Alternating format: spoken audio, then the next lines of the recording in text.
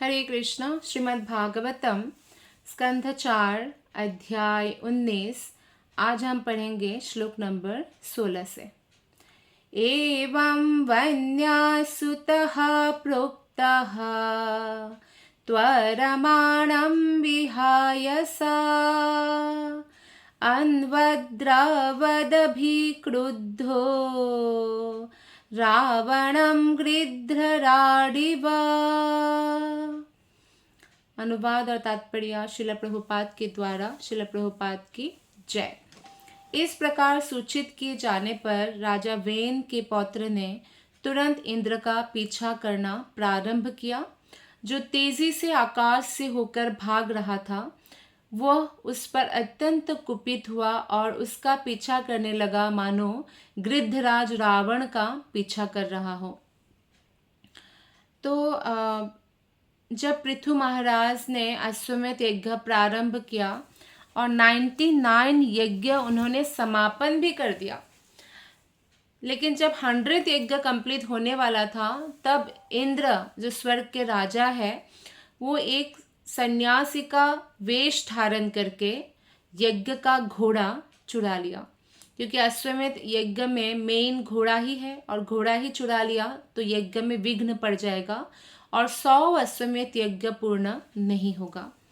इंद्र ऐसा क्यों करते हैं? क्योंकि 100 अश्वमेध यज्ञ ही वो क्वालिफिकेशन है जिससे कोई भी इंद्र बन सकता है। जैसे बलि महाराज ने भी किया था, तो तब भी या कोई भी करे तो इंद्र को इनसिक्योरिटी होती है। तो इनसिक्योरिटी होती है क्योंकि उनका पद छीन जाएगा और इसीलिए वो क्या करते हैं, उसमें विघ्न डालते हैं।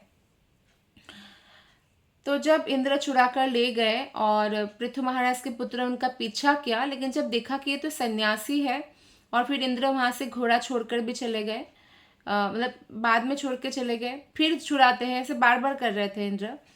तो अत्रि मुनि ने कहा कि ये कोई साधु सन्यासी नहीं है, ये तो इंद्र है, तुम्हें उनके साथ युद्ध करना चाहिए, युद्ध का घोड़ा ले आना चाहिए। तो जब पता चला पृथु के पुत्र को ये बात, तो वो इंद्र के पीछे गए और उन पर अत्यंत कुपित भी हुए कि हमारे यज्ञ का घोड़ा क्यों चुरा लिया। तो ऐसे पीछा किया जैसे जब रावण सीता मैया को हरण करके ले जा रहे थे, तो जटायु रावण के पीछे तेजी से जाके रावण पर आक्रमण कर दिया था, जबकि जटायु को मालूम था कि उनका मृत्यु होगा ही होगा, लेकिन फिर भी उन्होंने अपना धर्म पालन किया था। श्लोक नंबर 17 और 18। शोस्वं रूपं च तद्दित्वा तस्मान्तर्हितः स्वरात् वीरः स्वपशुमादाय पृतुर्यज्ञमुपेयिवन् तत्तस्य चाद्भुतं कर्म विचक्षा परमर्षयः नामधेयं दुदुस्तस्मै विजिताश्व इति प्रभो। जब इंद्र ने देखा कि पृथु का पुत्र उसका पीछा कर रहा है, तो उसने तुरंत ही अपना कपट वेश त्याग दिया और घोड़े को छोड़कर वहां से वो अंतर्ध्यान हो गए। महाराज पृथु का महान वीर पुत्र, ऑब्वियसली पृथु महाराज के पुत्र है तो वीर होंगे। पृथु महाराज स्वयं बहुत शक्ति संपन्न थे और भगवान के शक्तावेश अवतार थे, तो वो यज्ञ स्थल में घोड़ा लेकर लौट आए। तो मैत्रेय ऋषि विदुर जिसे कहते हैं कि हे विदुर महाशय, जब ऋषियों ने राजा पृथु के पुत्र का आश्चर्यजनक पराक्रम देखा, तो सबों ने उसका नाम विजिताश्व रखना स्वीकार किया कि उन्होंने विजित मतलब जय हो गया और अश्व लाने में विजिताश्व ये नाम रखा। तो पहले कृत्य के अनुसार, जैसे भगवान के लीला के अनुसार भी भगवान का नाम है। जैसे केशी निषुदन, केशी नामक असुर को मारा, मधुसूदन, मधु नामक असुर को मारा, यशोदा नंदन, यशोदा माता के प्यारे है, यशोदा के पुत्र है। तो इस तरह से भगवान के विभिन्न लीलाओं के अनुसार भगवान का एक एक नाम है। श्लोक नंबर 19 और 20। उपसृज्य तमस्तीव्रं जहारास्वं पुनर्हरिः सा च शालायुपतच्छन्नो हिरण्याराशनं विभुः अत्रिः सन्दर्शयामास त्वरमाणं विहाय सा कपालखट्वाङ्गधरं वीरो नैनामबाधत। मैत्रेय ऋषि आगे विदुर जी से कहते हैं कि हे विदुर, स्वर्ग का राजा तथा अत्यंत शक्तिशाली होने के कारण इंद्र ने तुरंत यज्ञ स्थल पर घोर अंधकार फैला दिया। इस प्रकार पूरे स्थल को प्रच्छन्न करके उसने पुनः वो घोड़ा हर लिया और बलि स्थल पर काष्ठ यंत्र के समीप सोने की जंजीर से जो बंधा हुआ था। तो घोड़े को सोने के जंजीर से बांध कर रखा था, क्योंकि वो यज्ञ का घोड़ा था, इसलिए सोना का उपयोग हुआ था। तो स्वर्ग के राजा है इंद्र, तो उनको बहुत सारे ऐसी विद्याएं आती है जो साधारण मनुष्य को नहीं आता है। तो उन्होंने क्या किया, तुरंत यज्ञ स्थल को अंधकार फैला दिया, अंधेरा कर दिया ताकि कुछ दिखाई ना दे, और फिर उसी अंधकार में उन्होंने घोड़ा फिर से छुड़ा लिया। अत्रि मुनि ने राजा पृथु के पुत्र को पुनः दिखलाया। अत्रि मुनि बार बार बता रहे थे पृथु महाराज के पुत्र को कि जैसे पहले बार बताया कि कोई सन्यासी साधु नहीं है, ये तो इंद्र है जो तुम्हारे इसमें बाधा डालने के लिए आए हैं। तब उनके पुत्र फिर पीछे पड़ते हैं, उनको मारने के लिए जाते हैं, तो घोड़ा छोड़ देते हैं। अब अत्रि मुनि ने राजा पृथु के पुत्र को, जो विजिताश्व नाम जिसका रखा गया, तो उनको कहा कि इंद्र आकाश से होकर भागा जा रहा है। तो परम वीर पृथुपुत्र ने पुनः उसका पीछा किया, किंतु जब उसने देखा कि उसने हाथ में जो दंड धारण कर रखा है उस पर खोपड़ी लटक रही है और सन्यासी के वेश में इंद्र आ गए हैं, तो सन्यासी को मारना कोई भी क्षत्रिय राजा उचित नहीं समझते।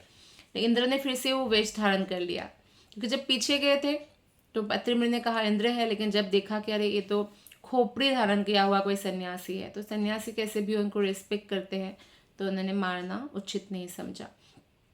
श्लोक नंबर 21-22। अत्रिणा चोदितस्मै संदधे शिखं रुषा सोऽस्वं रूपं च तद्विद्धा तस्थावन्तर्हितः स्वरात् विरच्चास्वामुपदाय पितृयज्ञमथव्रजत् तदवद्यं हरिरूपं जगृह्युज्ञानदुर्बलः। जब अत्रि मुनि ने पुनः आदेश दिया तो पृथु का पुत्र अत्यंत कुपित हुआ। उसने अपने धनुष पर बाण चढ़ा लिया। यह देखकर राजा इंद्र ने तुरंत फिर से सन्यासी का कपट वेश को त्याग दिया और घोड़े को छोड़कर फिर से अदृश्य हो गया। तब परमवीर पृथुपुत्र विजिताश्व पुनः वो घोड़ा लेकर अपने पिता के यज्ञ स्थल पर लौट आया। तो उसी काल से कुछ अल्पज्ञानी पुरुष छद्म सन्यासी का वेश धारण करने लगे। राजा इंद्र ने ही इसका सूत्रपात किया, ऐसा श्रीमद् भागवतम का कहना है कि आजकल बहुत सारे ऐसे सन्यासी हैं जो कपटी है और कोई उनसे और कोई काम में उनको लग सकता है कि इतना लाभ नहीं है, तो क्या करते हैं, सन्यासी या कोई केसरिया वस्त्र धारण करेंगे और सन्यासी की तरह रहेंगे और फिर जनसाधारण को लूटेंगे, ये दिखाकर कि वो बहुत बड़े भक्त है या इस तरह से। तो लेकिन ये कपट है, कपटी है। जैसे कि कई बार कुंभ मेला या इसमें भी ऐसे सुनने में आता है कि जैसे किसी सन्यासी धारण किया है लेकिन माताओं को गलत स्पर्श कर लिया, यानी वो सन्यासी नहीं है, वो एक रूप धारण किया है ताकि वो ऐसा कार्य कर सके। तो ये जो सन्यासी वेश धारण करने का ये सूत्रपात हुआ था, ये इंद्र महाराज से ही हुआ था, क्योंकि इंद्र महाराज ने ही छद्म वेश धारण करके घोड़ा चुरा के ले आए थे। जैसे रावण भी साधु का वेश धारण करके सीता को हरण कर लिया था। तो अनंत काल से सन्यासी त्रिदंड धारण करते रहे हैं। बाद में शंकराचार्य ने एक दंडी संन्यास का सूत्रपात किया। अगर तीन दंडा जो है उसको ऐसे कपड़े में लपेट कर सन्यासी लोग, आप देखिएगा एक दंड उठाते रहते हैं, तो ये त्रिदंडी सन्यासी को वैष्णव सन्यासी कहा जाता है, जो भगवान कृष्ण के शुद्ध भक्त होते हैं। और एकदंडी सन्यासी को मायावादी सन्यासी कहा जाता है, जो निराकार मानते हैं भगवान को, और कृष्ण और राम को भी माया के अधीन मानते हैं। तो ऐसे मायावादी सन्यासी होते हैं। तो इंद्र ने एक छद्म सन्यास का सूत्रपात करके राजा पृथु के पुत्र विजिताश्व से अपने को छिपाने का यत्न किया। और हमारे शास्त्रों ने 4 पापों को बोला है कि इसको बिल्कुल नहीं करना है। जैसे कि मांसाहार में सारे तामसिक जो आहार है वो आएगा। मादक द्रव्य सेवन यानी नशा, कोई भी प्रकार के नशा आएगा। और अवैध मैथुन में अपने शादीशुदा जिंदगी या विवाह के बाहर अगर कोई, या विवाह से पहले अगर कोई रिलेशनशिप होता है, जो रोमांटिक रिलेशनशिप, वो आएगा अवैध मैथुन में। और द्यूत क्रीड़ा में जुआ आएगा, और जुआ में लॉटरी टिकट खरीदना या बहुत ज़्यादा शेयर मार्केट में उतार चढ़ाव देखते रहना, ये भी जुआ में ही आता है। तो ये जो है ये एक्चुअली पाप कर्म में गिनती होती है। तो ये जो तथाकथित सन्यासी है ये इन्हीं पाप कर्मों में लगे रहते हैं। कई सन्यासी ऐसे हैं जो मांस, मछली, अंडा खाते हैं, अवैध मैथुन करते हैं। कई बार भोले भाले स्त्रियों को भी, जो उनके शिष्य बनने आते हैं, उनको भी एक्सप्लॉइट करते हैं। ऐसे बहुत सारी घटना भी सामने आई है। तो ये छद्म सन्यासी है, असली सन्यासी नहीं है। तो यह बहाना करके ऐसे सन्यासी सुरापान करते हैं कि बिना शराब, मछली और मांस के आकर्षित क्षेत्र के निकटवर्ती ठंडे प्रदेशों में रहना कठिन है।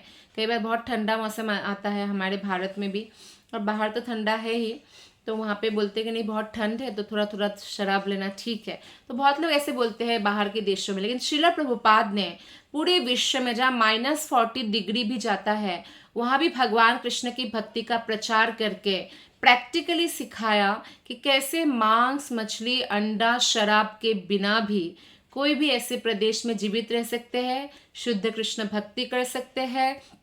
हर वस्तु का भोग लगाकर ही वो लोग खाते हैं। तो ये प्रैक्टिकली जीना श्रील प्रभुपाद ने सिखाया, और वो सब अफवाह उन्होंने ख़त्म कर दिया। तो जो सन्यासी छद्म सन्यासी होते हैं, यानी दिखावा करने वाले सन्यासी होते हैं, वे सेवा के नाम पर पाप कर्म करते हैं, जिससे बेचारे पशुओं का वध होता है, और इन सन्यासी लोग इसको खाते हैं। जबकि उनको त्यागी का जीवन जीना चाहिए, पर वो पाखंडी का जीवन जीते हैं। श्लोक नंबर 23। यानी रूपाणि जगृहे इंद्रोहाया जिहीर्षया तानि पापस्य खंडानि लिंगम खंडामि होच्यते। इंद्र ने घोड़े को चुरा ले जाने की इच्छा से सन्यासी के जो जो रूप धारण किए वे नास्तिकवाद दर्शन के प्रतीक है। तो देवता इंद्र से ये सूत्रपात हुआ। वैष्णव प्रभुपाद जी तात्पर्य में बताते हैं कि वैष्णव तंत्र में कहा गया है, यस्तु नारायणं देवं ब्रह्म रुद्रादि दैवतये समत्वेनैव वीक्षेता सपाशंदी भविध्रुवम। यद्यपि यह वर्जित है, किंतु ऐसे अनेक पाखंडी है जो दरिद्र नारायण तथा स्वामी नारायण जैसे शब्द गढ़ते रहते हैं। यद्यपि ब्रह्मा और शिव जैसे देवता तक नारायण की समता नहीं कर सकते। तो जो लोग भगवान नारायण या कृष्ण या राम के समान मानते हैं अलग अलग देवताओं को, तो उनको पाषंडी कहा गया है शास्त्र में। श्लोक नंबर 24-25। एवमिन्द्रे हरत्यस्वं वन्ययज्ञा जिघांसया तद्गृहीता विसृष्टेषु पाखंडेषु मतिर्नृणम् धर्मा इत्युपधर्मेषु नग्नरक्तपटादिषु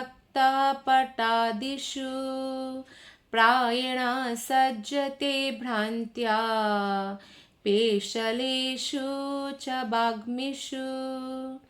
इस प्रकार पृथु महाराज ने यज्ञ से घोड़े को चुराने के लिए राजा इंद्र ने, पृथु महाराज यज्ञ कर रहे थे और 100वां यज्ञ जो था उसको इंद्र को सफल नहीं होने देना था, कुछ भी करने के लिए तैयार थे। तो इंद्र ने कई प्रकार के संन्यास धारण किए और कुछ सन्यासी जो है यहाँ पे बताया गया नग्न रहते हैं और कभी कभी लाल वस्त्र धारण करते हैं, उनको कापालिक कहते हैं। कापालिक कहलाया जाता है ऐसे सन्यासी को। और ये इनके पाप कर्मों के प्रतीक मात्र है, ये भी बताया गया इस श्लोक में। ऐसे तथाकथित सन्यासी पापियों द्वारा अत्यंत समादृत होते हैं क्योंकि वे नास्तिक होते हैं। यानी नास्तिक सन्यासी के बारे में यहाँ पे बताया गया है कि सन्यास का रूप धारण तो करते हैं पर एक्चुअली भगवान पर कोई उनको श्रद्धा नहीं होती, और अपने को सही ठहराने के लिए तर्क प्रस्तुत करने में अत्यंत पटु होते हैं। अभी भी आप लोग ऐसे लोगों का कभी कभी आपने रील्स वगैरह देखा होगा जो भगवान को नहीं मानते लेकिन अपने आप को बड़ा दिखाने के लिए बहुत पटु है, वाक पटु जिसके कहते हैं। उनको सुनकर लोगों को लगेगा अरे सही तो बोल रहे हैं, लेकिन वो सही नहीं होता शास्त्र के हिसाब से। शास्त्र को तोड़ मरोड़ के उल्टा पुल्टा कुछ भी बोलेंगे। इसलिए सभी को शास्त्र को पढ़ना बहुत आवश्यक है। जो श्रील प्रभुपाद ने, अभी आप इस्कॉन टेम्पल में आएंगे तो सबसे पहले आपके हाथ में शास्त्र देंगे कि हम जो बोल रहे हैं वो शास्त्र के हिसाब से सही है कि नहीं, आप खुद पढ़ के देखिए। तो इस तरह से शास्त्र को पढ़ना अत्यंत आवश्यक है, नहीं तो हमें कभी नहीं पता चलेगा कि कौन नास्तिक सन्यासी है और कौन आस्तिक सन्यासी है। किंतु हमें ज्ञान होना चाहिए। इस श्लोक में कहते हैं कि ऐसे लोग ऊपर से धर्म के समर्थक प्रतीत होते हैं किंतु वास्तव में होते ही नहीं। यानी भारत में भी ऐसे बहुत सारे छद्म सन्यासी हैं जो ऐसा लगता है कि यार ये धार्मिक है बहुत, लेकिन धार्मिक नहीं है। दुर्भाग्यवश मोहग्रस्त व्यक्ति इन्हें धार्मिक मानकर इनकी ओर आकृष्ट होकर अपना जीवन विनष्ट कर लेते। अब देखिए श्रील प्रभुपाद तो किसी भी कोने में गए विश्व के, भारत में भी हमारे मांसाहारी लोग हैं, उन्होंने तो छोड़ा ही। चलिए भारत के लोग फिर भी बोला जाता है कि बहुत पुण्यवान होते हैं कि भारत में जन्म होते हैं, क्योंकि भारत के लोगों को एटलीस्ट पता है कि कृष्ण कौन है, राम कौन है। लेकिन बाहर के लोगों में तो मांस का भी कोई ऐसा लिमिटेशंस नहीं है कि वो लोग यही मांस खाएंगे, कुछ भी खा सकते हैं। गो मांस तक खाते हैं और नशा करते हैं, कोई भी प्रकार के ड्रग्स करते। प्रभुपाद ने ऐसे लोगों को भक्त बनाया जो ड्रग्स लेते थे, मेरीजुआना, LSD, बड़े बड़े ड्रग्स लेते थे। तो वो लोग सब छोड़ के शुद्ध भक्त बन गए। ये एक शुद्ध सन्यासी का क्या है, पावर है, शक्ति है, उनकी शुद्धता का शक्ति है।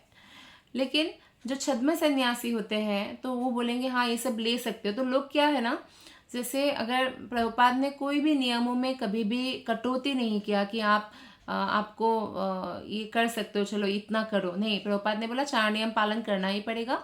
हरे कृष्ण महामंत्र का 16 माला जप करना ही पड़ेगा, नहीं तो आप मेरे शिष्य नहीं हैं। तो इस्कॉन में कभी भी 16 माला 4 नियम के बिना दीक्षा भी नहीं देंगे। लेकिन कई सारी जगह पे ऐसा होता है कि नहीं ठीक है जो खाना है खाओ, कोई बात नहीं, दीक्षा ले लो। तो शिष्य बढ़ाने के लिए करते हैं, तो वहाँ पे लोग चले जाते हैं। भले ये नहीं देखते कि अच्छा ये किस भगवान को मानते हैं, मतलब किसको मानते हैं, नास्तिक है, आस्तिक है, कैसा सन्यासी है। इसका विचार हम तभी कर सकते हैं जब हम शास्त्र को अच्छे से पढ़ेंगे। तो वैदिक शास्त्रों ने कलियुग में संन्यास ग्रहण करना वर्जित बताया गया है। क्यों? एक्चुअली कलियुग में संन्यास वर्जित है। कलियुग में कोई गृहस्थ रहकर अगर भक्ति करे तो वो बहुत अच्छा भक्ति कर सकता है। ऐसा इसलिए बताया गया है कि कलियुग में सन्यासी रह पाना इतना आसान नहीं है, क्योंकि हम सभी का, मनुष्य का वास्तविक धर्म जो है भगवान का शरण ग्रहण करना है, भगवान का भक्त बनना है। तो आप ब्रह्मचारी है, चाहे सन्यासी है, चाहे गृहस्थ है, उससे कोई फर्क नहीं पड़ता है। 24 घंटा मन कृष्ण में स्थित होना चाहिए। प्रभुपाद ने वो भी प्रैक्टिकली हमें समझाया है, सिखाया है कि किस तरह हरे कृष्ण महामंत्र की 16 माला रोज करना है। नियमित हम कोई भी कार्य करते हैं ना, हाँ, फिर वो हमें बहुत जल्दी प्रगति कराते हैं भक्ति में। जैसे कि बोला कि नियमित 16 माला करो। और जितने भी भक्त हैं वो लोगों पर श्रील प्रभुपाद हमेशा बोलते हैं कि शास्त्र को रोज पढ़ो। भगवत गीता में भगवान कृष्ण ने कहा है जो भगवत गीता रोज पढ़ते हैं वो बुद्धि से कृष्ण की सेवा करते हैं। तो ऐसे बुद्धि शुद्ध हो जाते हैं और शुद्ध होने के कारण वो गलत जगहों पर नहीं लगता। या लेक्चर सुनना है रोज, है ना। तो इस तरह से भगवान के घर में सेवा करनी है, आरती करनी है, भोग लगाना है। तो इस तरह से कोई भी जो है भगवान के शरणागत हो सकते हैं। श्रील प्रभुपाद जी कहते हैं कि हमें कृष्ण भावनामृत में रहकर भगवान की सेवा करनी चाहिए। अन्य समस्त संन्यास पद्धतियाँ तथा धर्म प्रामाणिक नहीं है। कोई भी ऐसे नहीं मानना चाहिए कि अच्छा ये सन्यासी बन गए तो ये परफेक्ट हो गया। नहीं, पहले वो शास्त्र के हिसाब से सन्यासी बने ही कि नहीं बने हैं। क्योंकि इस कलयुग में कई लोग ऐसे हैं जो धार्मिक होने का दावा कर रहे हैं लेकिन वो लोग धार्मिक नहीं हैं, उनको भगवान के बारे में अनुभव नहीं है, नहीं पता है। श्लोक नंबर 26। तदभिज्ञाय भगवान् पृथुः पराक्रमः इंद्राय कुपितो बाणम् आदत्तुद्यतकार्मुकः। अत्यंत पराक्रमी महाराज पृथु ने तुरंत अपना धनुष बाण ले लिया। अभी तक पृथु महाराज ने धनुष बाण नहीं लिया था। हम पृथु महाराज के बारे में जानते हैं, जब पृथु महाराज से पहले उनके पिता वेन महाराज थे तो बहुत अत्याचारी थे, क्योंकि उनकी माता मृत्यु की पुत्री थी, तो उनमें वही गुण आया था। और उनकी ये आदतों को देखकर बचपन से ही वो ऐसे पीटते थे लोगों को, ऐसे ही हिरणों, ऐसे ही पशु को ऐसे ही मार देते थे, इतना निर्दयी थे कि उनके पिता को विरक्ति हो गया था और वो घर छोड़कर चले गए थे। तो बाद में वो राजा बने, और जब वो राजा बने तो प्रजा की हालत भी खराब, प्रजा को धार्मिक अनुष्ठान नहीं करने देते, यज्ञ नहीं करने देते, ब्राह्मणों की कदर नहीं करते। फिर जब ब्राह्मणों के श्राप से वेन का मृत्यु हुआ तो वेन के शरीर का मंथन करके, पैरों का मंथन करके उत्पन्न हुआ एक बाहुक नाम का छोटा हाइट का एक व्यक्ति, जो सारा पाप लेकर उत्पन्न हुआ, जो एकदम ब्लैक कलर के थे। और फिर वो उत्पन्न हुए। उसके बाद क्योंकि वो ध्रुव महाराज के वंशज में आते हैं सब लोग, तो ये ध्रुव महाराज के वंशज को बचाना बहुत ज़रूरी था। तो ऋषियों ने मंथन किया, उनको मालूम है कि कैसे मंथन करने से एक मृत शरीर से भी संतान उत्पन्न होंगे। तो बाजुओं का मंथन करने से महाराज पृथु और उनकी पत्नी अर्ची यानी लक्ष्मी नारायण के अंश दोनों प्रकट हुए। और जब प्रकट हुए तो पृथु महाराज ने देखा, अरे मेरी प्रजा तो मेहनती है, आलसी नहीं है, पर पृथ्वी माता सही परिमाण में उत्पन्न नहीं कर रही अनाज आदि, तो लोग भूखे मर रहे हैं। तो पृथ्वी माता पर भी आक्रमण करने के लिए धनुष उठा लिया था। तब पृथ्वी माता ने बताया कि वो इसलिए उत्पादन नहीं कर रही कि प्रजा बहुत अधार्मिक हो गए हैं। जब प्रजा अधार्मिक हो जाती है तो पृथ्वी माता सही से उत्पन्न नहीं करती है, छुपा के रखती है, अनाज या रत्न या जो भी खनिज सब कुछ छुपा के रखती है। तो इसलिए पृथ्वी महाराज से कहा कि आप फिर से यज्ञ आदि शुरू कराइए। तो फिर अभी फिर से दोबारा पृथ्वी महाराज ने धनुष बाण ले लिया, किसके लिए? इंद्र को मारने के लिए, क्योंकि इंद्र ने इस प्रकार अनियमित संन्यास का सूत्रपात किया। और आगे जाके जो है ऐसे छद्म सन्यासी होंगे तो जनता, भोले भाले जनता तो गलत सन्यासी के हाथ में भी फंस सकता है ना, तो फिर वो उनका पतन हो जाएगा। क्योंकि कोई अगर अंधे के पीछे जाएगा तो कुआं में गिरने का बहुत चांस है। तो इसी तरह से ऐसे सन्यासी भगवान तक तो नहीं पहुंचा पाएंगे, लेकिन इंद्र ने इसका सूत्रपात कर दिया स्वर्ग का राजा होने के बावजूद। तो इसलिए पृथु महाराज को बहुत क्रोध आया और उन्होंने धनुष उठा लिया। तो यहाँ पे तात्पर्य में श्रील प्रभुपाद जी कहते हैं कि राजा का कर्तव्य है कि वो किन्हीं अधार्मिक पद्धतियों को प्रचलित ना होने दे। तो ये राजा का कर्तव्य है, क्योंकि अधार्मिक पद्धति को अगर लोग धार्मिक मानेंगे तो इससे क्या नुकसान होता है, वो लोग फिर उसी पथ पर चलने लगते हैं। फिर इस तरह से राजा के जो प्रजा होते हैं उनके पुत्र के समान होते हैं, और पुत्र अगर गलत रास्ते पर जाता है तो पिता को बहुत दुख होता है। तो इसलिए राजा का ये कर्तव्य है। चूंकि राजा पृथु भगवान के अवतार थे तो उनका परम कर्तव्य था कि समस्त प्रकार के अधर्म को नष्ट कर दे। तो भगवान स्वयं कहते हैं यदा यदा ही धर्मस्य ग्लानिर्भवति भारत। तो जब जब अधर्म का बोलबाला होता है भगवान स्वयं आते हैं, नहीं तो भगवान अपने प्रतिनिधियों को भेजते हैं। तो भगवान पृथु क्योंकि भगवान के ही अवतार थे तो अधर्म को नष्ट करना उनका प्रथम कर्तव्य और परम कर्तव्य था। उनके पदचिन्हों का अनुसरण करते हुए समस्त राज्य के प्रधानों को चाहिए कि वे ईश्वर के प्रामाणिक प्रतिनिधि बने और समस्त अधर्मों का विच्छेदन करें। दुर्भाग्यवश ये जो है क्या हो रहा है, अभी प्रभुपाद बोलते हैं कि हमारे भारत को धर्मनिरपेक्ष देश घोषित कर दिया। धर्मनिरपेक्ष प्रभुपाद के हिसाब से एक प्रकार की नास्तिकता है, मतलब आप जो है किसी एक धर्म ग्रंथ को फॉलो नहीं कर रहे हो, और जिससे जो है नास्तिकवाद ज़्यादा फैल जाएगा। तो इसमें कहते हैं कि ऐसी मनोवृत्ति धार्मिक और अधार्मिक पद्धतियों में समन्वय स्थापित करने की एक विधि होती है, और इसमें फिर जो है प्रजा की स्थिति भी बिगड़ जाती है। उनको नहीं पता चलता है कि धार्मिक ग्रंथों को फॉलो करना, भागवतम श्रीमद् भागवत गीता को फॉलो करना कितना ज़रूरी है। तो मानव समाज इस प्रकार नरक बन जाता है, ऐसा श्रील प्रभुपाद का कहना है। श्लोक नंबर 27। तम ऋत्विजः शक्रवधाभिसन्धितं विचक्ष दुष्प्रेक्षमसैहरंहसम् निवारयामासुरहो महामते नायुज्यते त्राण्यवधः प्रचोदितात्। जब पुरोहितों तथा अन्य सबों ने महाराज पृथु को अत्यंत कुपित तथा इंद्रवध के लिए उद्यत देखा तो उन्होंने प्रार्थना की, हे महात्मा, उसे मत मारे, क्योंकि यज्ञ में केवल यज्ञ पशु का ही वध किया जा सकता है। शास्त्र में ऐसे ही आदेश दिए गए हैं। पुरोहितों को भी मालूम है कि स्वर्ग के राजा देवता है इंद्र, और पृथु अगर चाहे महाराज पृथु तो राजा इंद्र को मार सकते हैं, क्योंकि स्वयं शक्तावेश अवतार है। लेकिन पुरोहितों ने ही राजा से प्रार्थना की कि देखिए, यज्ञ में कोई वध मत कीजिए। आप सबको मालूम है कि जब दक्ष ने यज्ञ किया था और सती देवी उनकी सबसे लाडली छोटी बेटी ने, क्योंकि शिव जी से विवाह किया करके इतने नाराज थे दक्ष महाराज और शिव जी का इतना अपमान वो करते थे, तो बेटी ने अपने ही शरीर का त्याग कर दिया यज्ञस्थली पर। तो ये बात जब पता चला शिव जी ने, तो शिव जी ने एक अपने जटा से उत्पन्न एक गण को भेजा, जिसने तहस नहस कर दिया यज्ञ। यज्ञ नहीं हो पाया। तो यज्ञ में किसी और का मृत्यु नहीं होना चाहिए, ये बहुत अपशगुन होता है।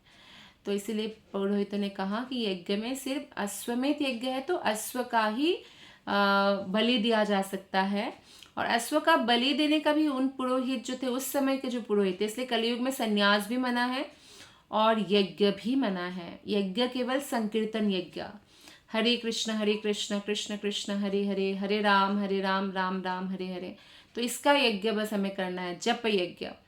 बाकी सारा यज्ञ जो है वो मना है। पशु यज्ञ बिल्कुल मना है, क्योंकि पहले पशु यज्ञ में उनको नया शरीर प्राप्त होता था, नया यंग शरीर। जैसे बूढ़ा शरीर है तो यंग शरीर प्राप्त होगा, लेकिन अब इतने योग्य पुरोहित ना के बराबर है, तो इसलिए मना है। तो उन पुरोहितों ने ही राजा से बोला कि शास्त्र के हिसाब से आपको यज्ञ में किसी को मारना नहीं चाहिए। श्लोक नंबर 28। वयं मरुत्वन्तमिहार्थनाशनम् वायामहे त्वत् श्रीवसाह तत्विषम् अयातयामो पहवैरनन्तरं प्रसैह राजन् जुहवामते हितम्। हे राजन, आपके यज्ञ में विघ्न डालने के कारण इंद्र का तेज वैसे ही घट चुका है। इंद्र का तेज एक बार फिर घटा था जब उन्होंने अपने ही गुरु राजा बृहस्पति जब यज्ञ सभा में आए, उन्होंने यथा योग्य सम्मान प्रदर्शन नहीं किया, उठ के आसन नहीं प्रदान किया, तो उनका तेज घट चुका था। और उसी समय असुरों ने आक्रमण किया था और उनका स्वर्ग लोक चला गया था अपने हाथ से। तो ऐसे ही पुरोहित लोग कह रहे हैं कि अगर कोई पाप कर्म करते हैं या कोई भी ऐसा कर्म करते हैं जो यज्ञ में बाधा डाले, तो उनका तेज ऑटोमेटिकली घट जाता है। आगे बताते हैं पुरोहितगण कि हम अभूतपूर्व वैदिक मंत्रों द्वारा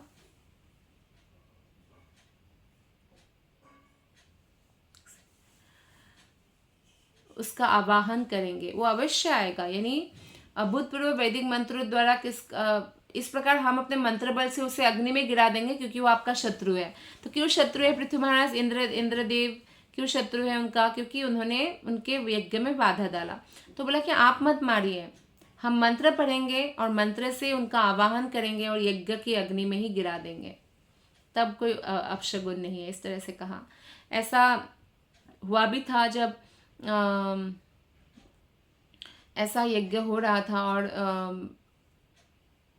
जो गिरिराज ने ऐसे प्रार्थना किया था कि जैसे हिमालय की पुत्री है पार्वती है, तो पार्वती हिमालय की पुत्री माना जाता है और पार्वती का विवाह शिव जी से हुआ है। तो विंध्याचल को थोड़ा सा इसको देखकर ये लगता था कि मुझे ऐसा पुत्री चाहिए जो शिव जी को भी मेरा दामाद ऐसा हो जो शिव जी को भी हरा सके। तो उन्होंने तपस्या किया ब्रह्मा जी का, और ब्रह्मा जी ने कहा तथास्तु। तो लेकिन जब तथास्तु बोल दिया तो ब्रह्मा जी को लगा अरे श्रीमती राधा रानी ही उनकी पुत्री होना पड़ेगा, तभी कृष्ण उनके दामाद होंगे, कृष्ण ही शिव जी को हरा सकते और तो कोई नहीं हरा सकता, क्योंकि हरिहर युद्ध में भी कृष्ण ने शिव जी को हराया था। तो फिर क्या किया जाए, तो ब्रह्मा जी ने फिर तपस्या किया और श्रीमती राधा रानी को प्रसन्न किया। फिर राधा रानी विंध्याचल की पुत्री रूप में आई, और फिर उधर पुतना को भी उधर कंस को खबर हो गया था कि ऐसे जन्म ले चुके हैं, जो है ऐसे शक्तियाँ जन्म ले चुके हैं, अस्त सखी जन्म ले चुके हैं जिनसे शादी करके कोई भी अमर हो सकता है, ऐसा खबर मिल चुका था। तो फिर उनको लगा कि मैं ही करूँगा। तो उन्होंने बोला कि सारे पुत्र जितने पैदा हुआ है सबको मार दो, और जितनी पुत्रियाँ पैदा हुई उनको मेरे पास ले आओ, मैं शादी करूँगा। कितने बड़े कंस, लेकिन छोटी छोटी बच्चियों से उन्होंने ऐसे सोचा था। तो तब पुतना आके श्रीमती राधा रानी और चंद्रावली उनको उठा कर ले जा रहे थे। तो तब विंध्याचल पर्वत ने कहा कि अरे कुछ मंत्र पढ़िए आप लोग, पूरे आप लोग बहुत पावरफुल मंत्र जानते हैं, ताकि जो है ये पुतना खुद ही आके यज्ञ की अग्नि में गिर जाए। तो उन्होंने मंत्र पढ़ा, तो आसमान से उड़कर पुतना जब जा रहे थे तो फिर उनको छोड़ना पड़ा, राधा रानी को चंद्रावली को ऐसे फिर छोड़ दिया उन्होंने। तो इस तरह की कथा भी है, और अलग अलग कल्प में भगवान के अलग अलग लीलाओं का अलग अलग कथाएं आती हैं। तो इस तरह से जो है मंत्र शक्ति बहुत बड़ी शक्ति है। अभी कई बार लोग सोचते हैं कि अरे अभी विज्ञान इतना आगे बढ़ गया, उससे बड़ा विज्ञान वैदिक विज्ञान है। तो वैदिक विज्ञान के जो मंत्र है उतने पावरफुल है, अगर कोई उसको जान जाए तो वो पॉजिटिवली उसका उपयोग कर सकते हैं। यज्ञ में वैदिक मंत्रों के समुचित उच्चारण से आश्चर्यजनक कार्य संपन्न किए जा सकते हैं, किंतु कलयुग में जहाँ तक बात है, कलयुग में इतने योग्य ब्राह्मण का अभाव है, तो ऐसे महान यज्ञों का इसलिए आयोजन करना मना किया गया है। केवल आयोजन करे तो संकीर्तन यज्ञ का आयोजन करे जो सभी यज्ञों से महान है, और उससे सबका कल्याण होगा। श्लोक नंबर 29। इत्यामन्त्र्य क्रतुपतिं विदुरस्यार्जित्विजोरुषा स्त्रुग्धस्ताञ्जुह्वतोऽभ्येत्य स्वयंभुः प्रत्यषेधत। 30 श्लोक। न बध्यो भवताम् इन्द्रो यद्यज्ञो भगवत्तनुः यं जिघांसाथ यज्ञेन यस्येष्टास्तानवः सुरः। हे विदुर, राजा को यह सलाह दे चुकने पर यज्ञ करने में जुटे हुए पुरोहितों ने क्रोध में आकर स्वर्ग के राजा इंद्र का आवाहन किया, क्योंकि पृथ्वी महाराज को वचन दिया कि हम उनका आवाहन करेंगे, उनको आना ही पड़ेगा। और वे अग्नि में आहुति डालने ही वाले थे कि वहां पर स्वयं ब्रह्मा जी प्रकट हुए, और उन्होंने यज्ञ आरंभ करने से रोक दिया कि ऐसा अनर्थ मत करो, इंद्र को यज्ञ की अग्नि में मत डालो। तो ब्रह्मा जी ने रोक दिया, क्योंकि ब्रह्मा जी मेन ब्रह्मांड के, पूरे ब्रह्मांड के अगर कोई राजा है वो ब्रह्मा जी है। जब इंद्र को भी असुरों ने आक्रमण करके स्वर्ग ले लिया था, तो ब्रह्मा जी के पास ही इंद्र गए थे सारे देवताओं के साथ। तब ब्रह्मा जी ने कहा कि ये जो असुर है, बलि महाराज है, ये लोग शुक्राचार्य जो उनके गुरु है, जो इतनी श्रद्धा रखते हैं गुरु के ऊपर कि वो गुरु भक्ति के कारण बहुत पावरफुल हो चुके हैं, और तुमने गुरु को अवहेलना करके वो जो है तेज घट चुका है। तो इसलिए जो है उनको सलाह देते। तो इस तरह से ब्रह्मा जी ये भी कहते हैं कि उनके अंदर इतना गुरु के प्रति भक्ति है कि स्वर्गलोक तो छोड़ो, मुझे तो डर है कि ब्रह्मालोक ना ले ले। तो आप सोचिए कि अगर हम अपने गुरु के प्रति शरणागत होते हैं, सरेंडर्ड होते हैं, तो कोई भी व्यक्ति कितना पावरफुल हो जाता है। खैर, भक्तों को पावरफुल बन के कुछ करना नहीं, उनको तो कृष्ण प्रेम ही चाहिए और इसके अलावा कुछ नहीं चाहिए, उनका एक ही गोल है। तो ब्रह्मा जी ने इस प्रकार पुरोहितों को संबोधन किया और कहा, हे याजकों, आप स्वर्ग के राजा इंद्र को नहीं मार सकते, यह कार्य आपका नहीं है। जहाँ भी कोई ऐसे होता है ना, ऐसे कोई कन्फ्लिक्ट आता है तो ब्रह्मा जी वहाँ प्रकट होते ही है। जैसे ध्रुव महाराज और यक्ष की लड़ाई हुई थी, तो हमेशा बड़े लोगों को आकर जो है गलत कार्यों को रोकना चाहिए। तो इस प्रकार से उन्होंने कहा है कि आप ये कार्य नहीं कर सकते, राजा इंद्र को आप नहीं मार सकते। आपको जान लेना चाहिए कि इंद्र भगवान के ही समान है, क्योंकि देखिए भगवान इंद्र ऐसे बोलते हैं क्योंकि वो स्वर्ग के राजा है, और स्वर्ग के राजा को भी भगवान वर्ड से बोला जाता है। हालांकि इंद्र स्वयं जीवात्मा है, जीव तत्व है, लेकिन वो बहुत पावरफुल जीव तत्व है, नहीं तो स्वर्ग के राजा भगवान क्यों बनाते। सारे देवता भगवान के एडमिनिस्ट्रेटिव स्टाफ है। तो बोलते हैं वस्तुतः वे भगवान के सबसे अधिक शक्तिशाली सहायक हैं। तो भगवान के सहायक है इंद्र। भगवान ने हमेशा इंद्र का साथ दिया। आप देखिए जब वामन अवतार भगवान ने अदिति के ही घर में भगवान प्रकट हुए वामन अवतार लेकर, और अदिति के पुत्र ही इंद्र है और देवतागण है, तो इंद्र के ही छोटा भाई के रूप में प्रकट हुए और बलि महाराज के पास जाके 3 पग भूमि मांग के पूरा उनका जो है स्वर्ग मर्त्य पाताल ले लिया और इंद्र को दे दिया। क्योंकि इंद्र बहुत सहायक है, मनुष्य जाति में जो भी देवतागण सहायक है वो भगवान के ही अंश हैं और भगवान ने उनको शक्तिशाली बनाया है। तो इसीलिए ब्रह्मा जी कहते हैं कि आप इस यज्ञ द्वारा समस्त देवताओं को प्रसन्न करना चाह रहे हैं, किंतु आपको ज्ञात होना चाहिए कि ये समस्त देवता स्वर्ग के राजा इंद्र के ही अंश है। तो यानी देवतागण जो है भगवान से भिन्न नहीं है, भगवान के अंश हैं सभी देवतागण। तो भगवान की प्रिय भी है, भगवान ने हमेशा देवता का साथ दिया है। तो फिर आप इन महान यज्ञ में उसका वध कैसे कर सकते हैं, इस तरह से प्रश्न करते हैं कि आप वध नहीं कर सकते हैं। जब इंद्र को भगवान ने ही नियुक्त किया है, सारे देवता भगवान का ही साथ देते हैं, तो आपको उनका वो नहीं करना चाहिए। श्लोक नंबर 31। तदिदं पश्यत महत् धर्मव्यतिकरं द्विजः इंद्रेणानुस्थितं राज्ञः कर्मैतद्विजिघांसता।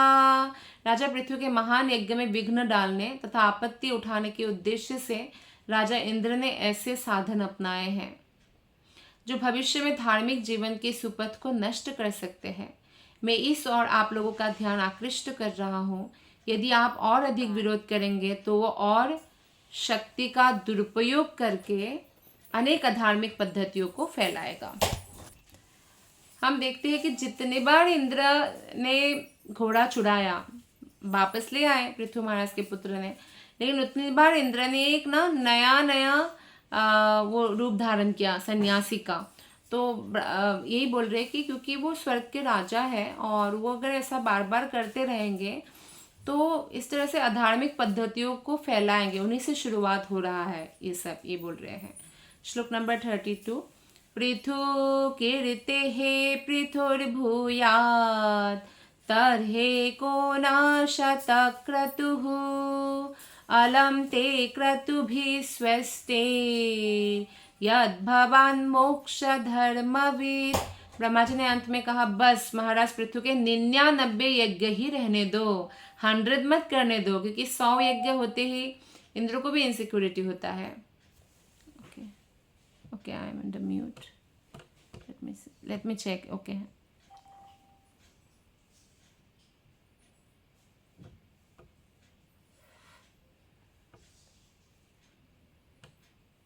Participants are muted and they can unmute themselves. Okay अब मैं अनम्यूट हो गई। Thank you for message.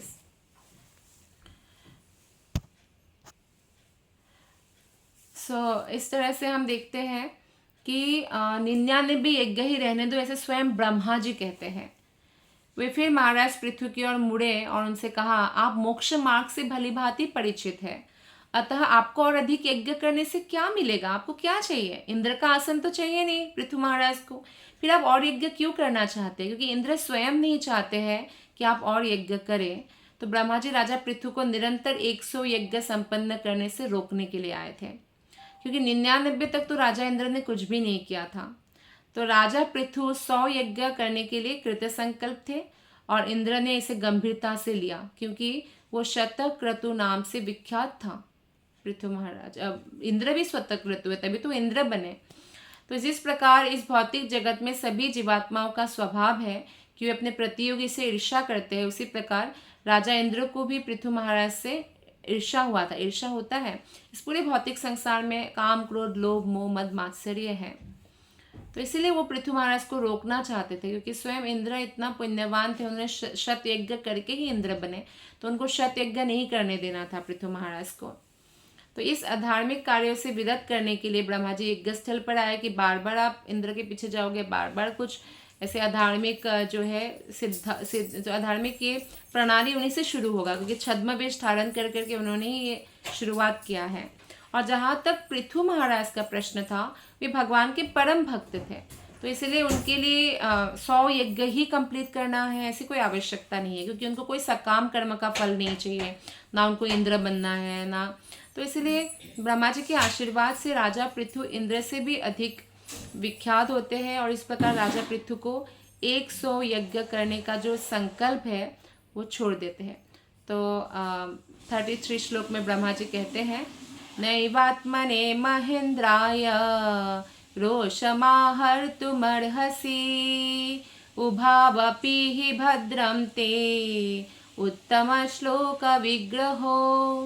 Brahma ji ने कहा, आप दोनों का कल्याण हो, क्योंकि आप तथा इंद्र दोनों ही भगवान के अंश हैं, अतः आपको इंद्र पर क्रुद्ध नहीं होना चाहिए, वो आपसे अभिन्न है। तो यानी पृथु महाराज को कहते हैं, आप पृथ्वी का अभी जो राज कर रहे हैं, इंद्र स्वर्ग का राज कर रहे हैं, और दोनों ही भगवान के अंश हैं। तो ब्रह्मा जी के लिए तो दोनों ही समान ही है, तो ब्रह्मा जी दोनों को आशीर्वाद देते हैं कि आप दोनों का ही कल्याण हो। Thank you very much. आज की कथा को हम यही विराम देते हैं। हरे कृष्णा। ग्रंथराज श्रीमद् भागवतम की जय, श्रील प्रभुपाद की जय, गुरु महाराज की जय।